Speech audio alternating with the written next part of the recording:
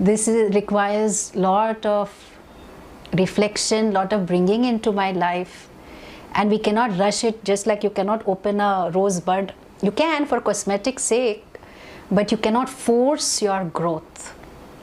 Some things take time, some things require your viveka. So you have an appropriate approach towards different things in your life. And therefore, even if the Veda tells that, oh, you want X, Y, Z, you can do these rituals and so on, you have a vairagya towards it. Why? That vairagya has not come from vairagya. No, I don't want any of this. It has come from clear thinking.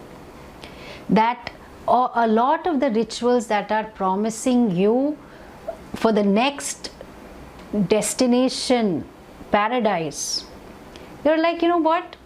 I've thoroughly enjoyed traveling on this earth. And then maybe if space travel becomes a little cheaper 10 years later, maybe I'll go into space also. I will enjoy that. So I am very happy with going to Brazil or Europe or Australia or wherever. Beautiful places.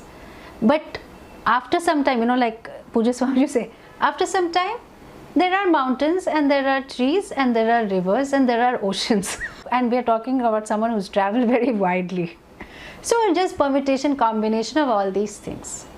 I don't want to go to another place which has a lot more comfort and pleasure. I've been there, done that.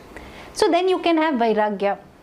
That's what a lot of the Stoics would also talk about. A simple lifestyle, that you are not dependent on the external condition to feel comfortable.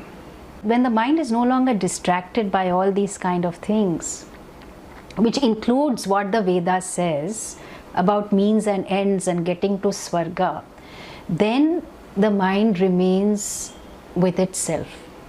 So samadhau achala doesn't get too affected, doesn't get carried away, is steady. And then when that person hears Tattvamasi, the Mahavakya, everything is clear.